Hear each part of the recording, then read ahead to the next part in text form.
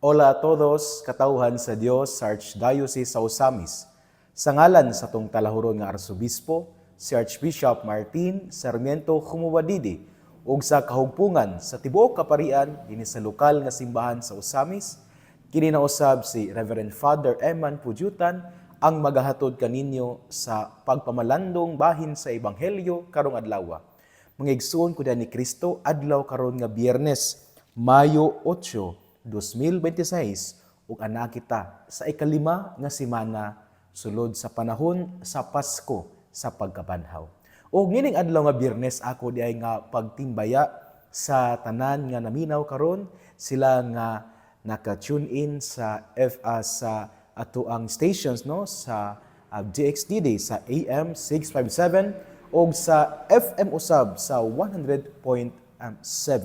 Ug sila usab na naglantaw sa FB Live sa Facebook page sa DXDD. Mayong adlaw kaninyong tanan.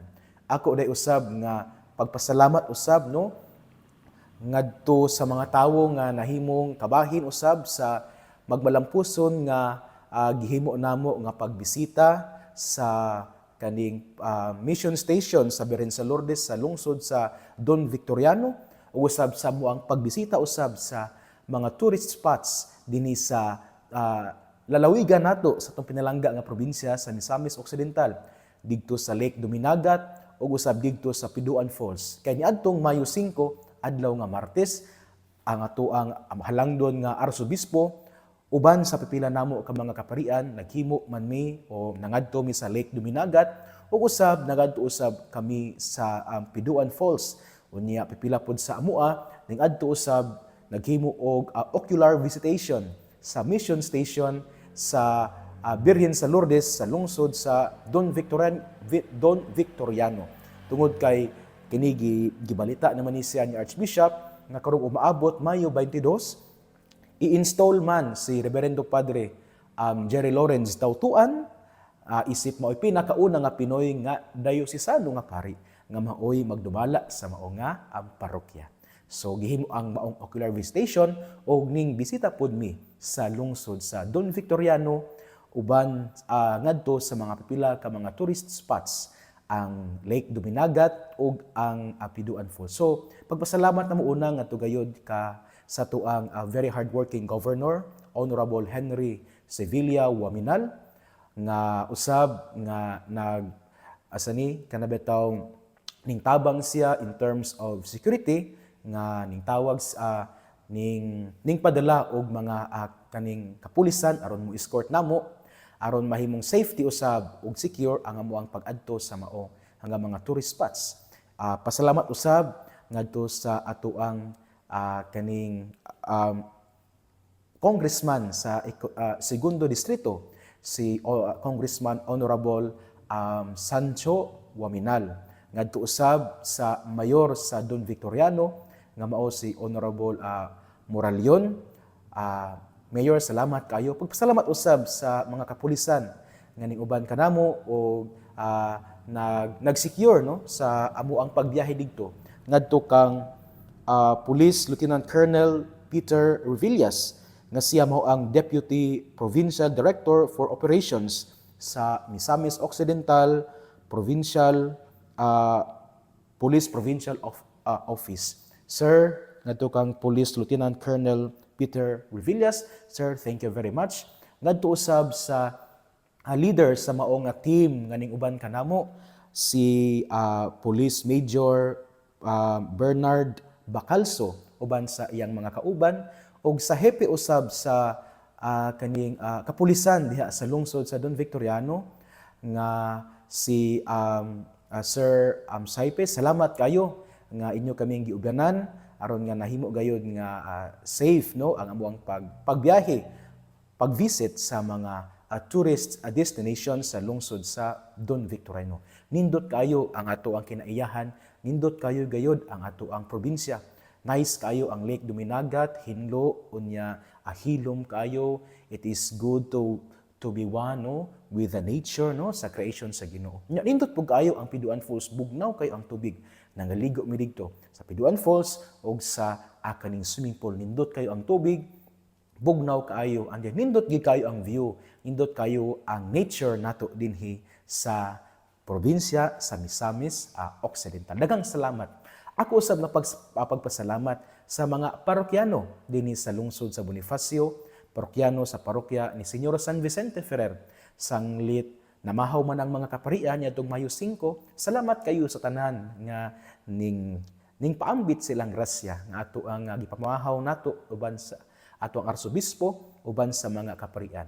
Pasalamat gayud ngadto sa team nila nga gipanguluhan ni Nanay Bebeta Bertulfo, nilang Ate Lucy, nilang Fraylin, nilang Nanay Belen Torrillo ug sa kauban, ngadto usab ni Ate Maricel o pipila usab sa mga kabatan-unan, sila Eman, sila Kuya Nelson, sila Benji, sila Lance, sila Gerald, sila Ate Virgie Bertulfo, ang sekretary dinhi sa parokya. Salamat kayo sa inyo ang tabang, salamat kayo sa pag-andam sa lugar, sa pag-serve, sa pagkaon, sa paglimpyo, sa o pag-andam sa lugar.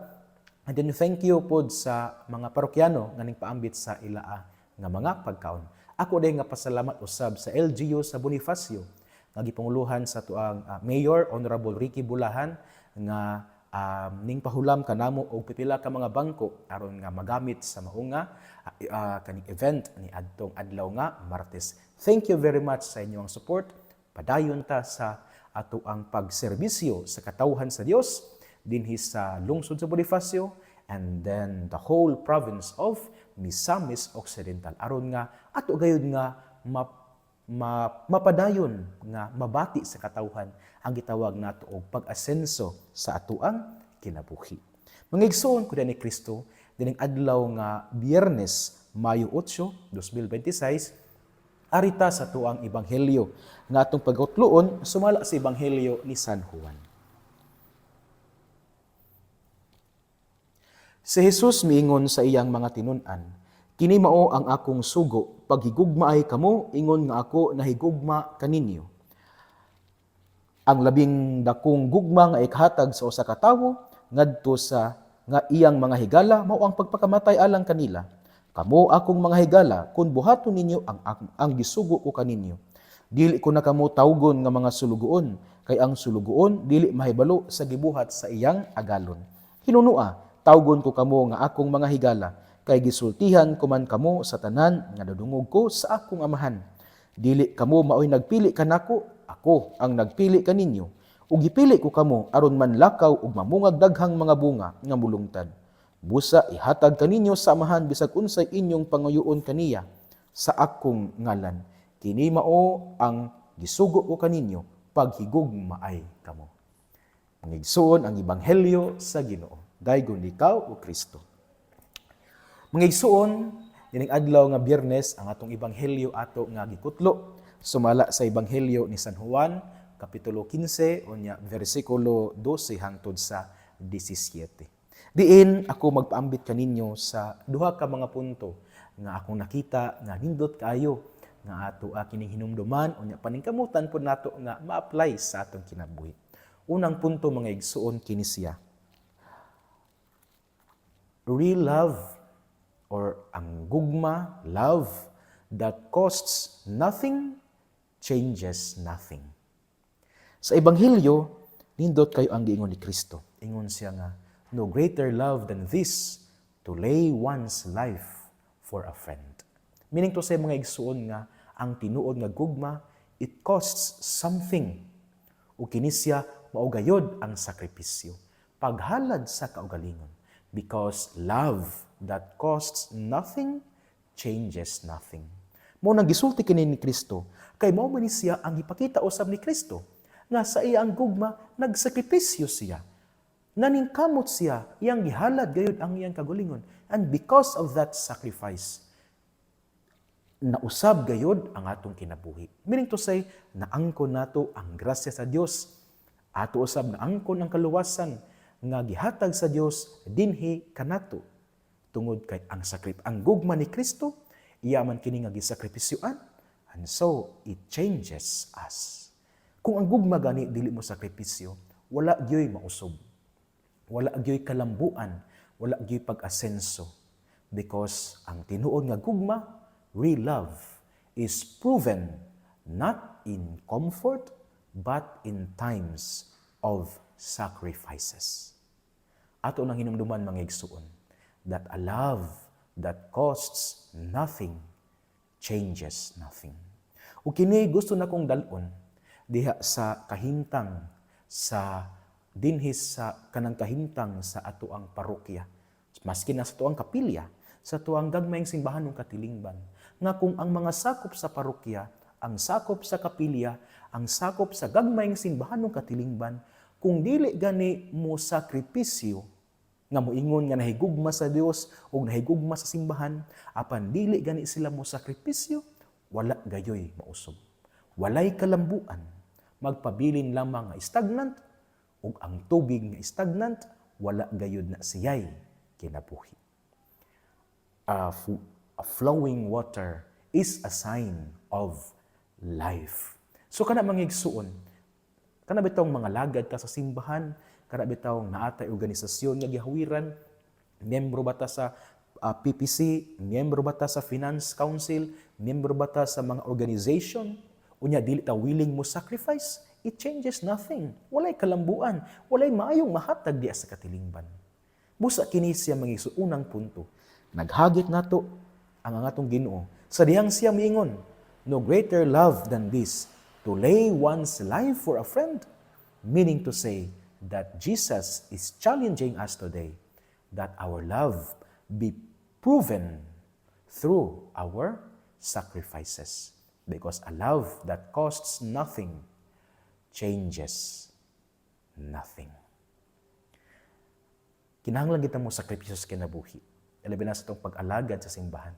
Kinahanglan kitang mugahin o mga pipila ka mga sakripisyo. Kaya ba itong pagbati nga kapuyon, pagbati nga kanabitawng usay mawad-an ta ugana, kapuyon tas pagpangalagad, kabahin kana siya sa ato ang pagsakripisyo. O kanang atong pagsakripisyo, naa gina siya'y bunga. Dili gid pwede nga walay bunga. Kay ang tanom nga haguan, habukan, bubuan, alimahan, at timanon, kana nga tanom magbunga gina siya. So sama sa tuang gugma sa pagpangalagad sa simbahan. Kung dili ta mo sakripisyo, wa gyoy bunga nga daghan. Kung naay bunga, di pod siya mulungtad. Kaya please remember that a love that costs nothing changes nothing. Ikaduha mga igsoon nga akong gusto nga pakadat-an nga punto sa ebanghelyo, kaning giingon din ni Kristo.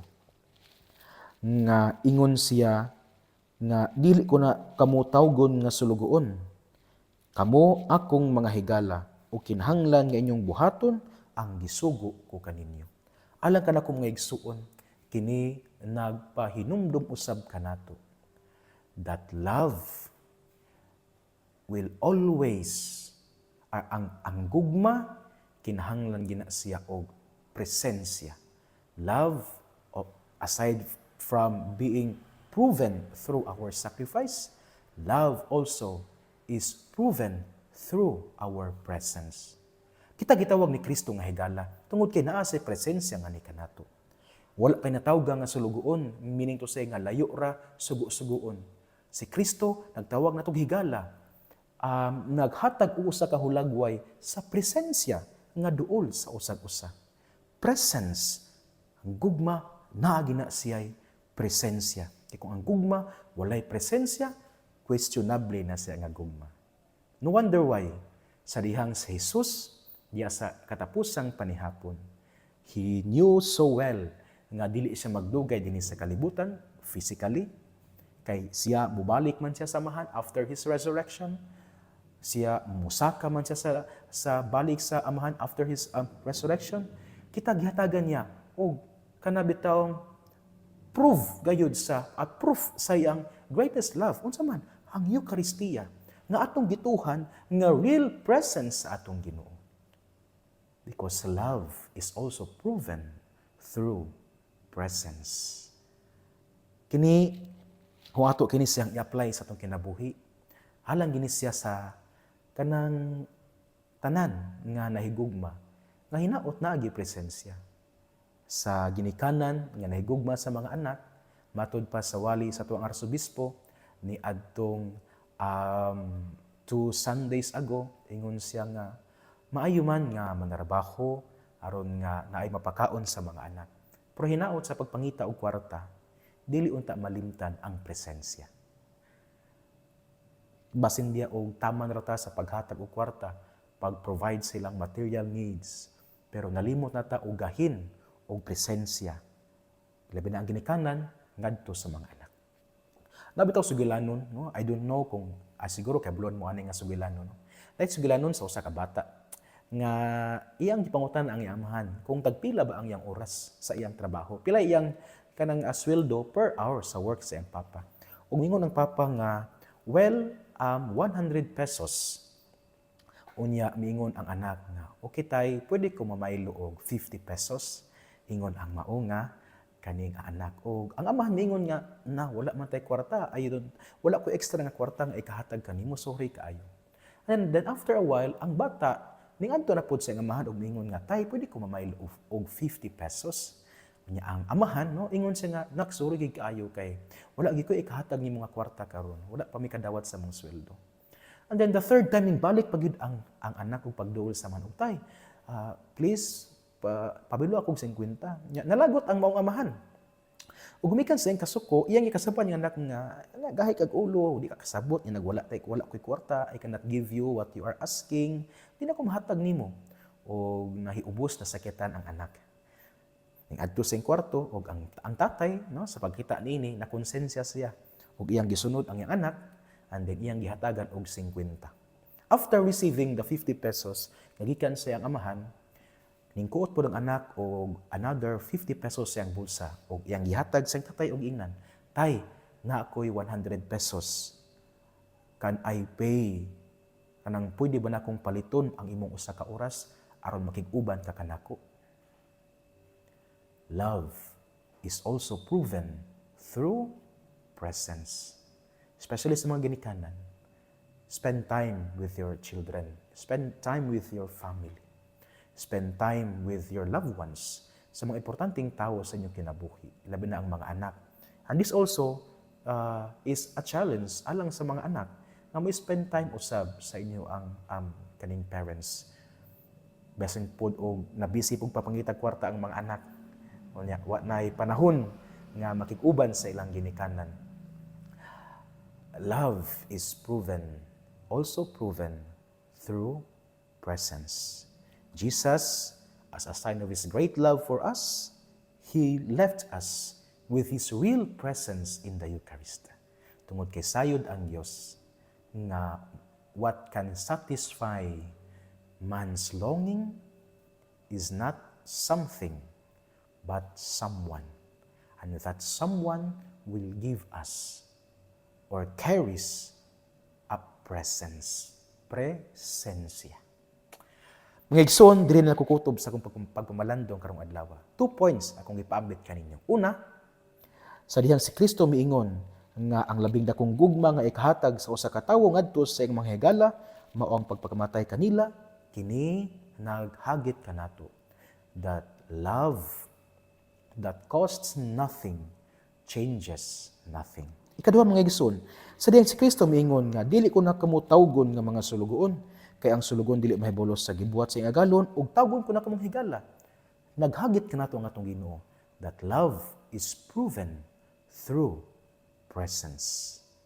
Hinaut mga igsuon nga kanitong ipamalandungan, no, atong paningkamutan gayud nga puyan diya sa atong kinabuhi. Kay ang maayong balita nga mao ang pulong ni Jesus angay gid atong paminawon, pamalandungan ug paningkamutan nga puy-an diya sa atong kinabuhi. Kay bulahan kayo ang tawo nga naningkamot nga magpuyo sa mga pulong ni Jesus. Sama siya sa usa ka kahoy nga gitanom daplin sa sapa kansang dahon dili gayud malaya. Tiempo sa timbunga siya muhatag ug mamaayo ug daghang mga bunga. Amen. Karon ding adlaw usab mga igsuon, moadto day ko sa kapilya sa Durias aron magsaulog sa fiesta sa may alas 10 sa buntag. So, karon bulan sa Mayo, daghan gyud og fiesta sa mga parokya, ilabad dinhi sa parokya ni Señor San Vicente Ferrer sa lungsod sa Bonifacio. And so, excited na punta nga makamisa sa ato ang mga kapilya, masinati nato ang kasinatian sa katawan, nya mamit og ang mga parokyano. Labi na isip Padre Cura nga moadto sa mga kapilya og magmisabusa sa taga Durias kung makadungog mo ani kita-kits taon niya sa melas di sa buntag alang sa tuang Fiesta Mas. Mga igsoon uban sa Pangiliya, sa itong mahal nga patron, mga igsoon uban sa Pangiliya, sa itong mahal nga inahan, nagisangpit natong mga misna-misnon nga Birhen sa kuta. Ang Dios unta, magapanalangin kaninyo kanunay, sa ngalan sa Amahan, ug sa Anak, ug sa Espiritu Santo. Amen. Ayaw kalimot, that love that costs nothing, changes nothing. Second, and love is proven through presence. Mayong adlaw, mag-amping, o ki Dios li siempre bendiga.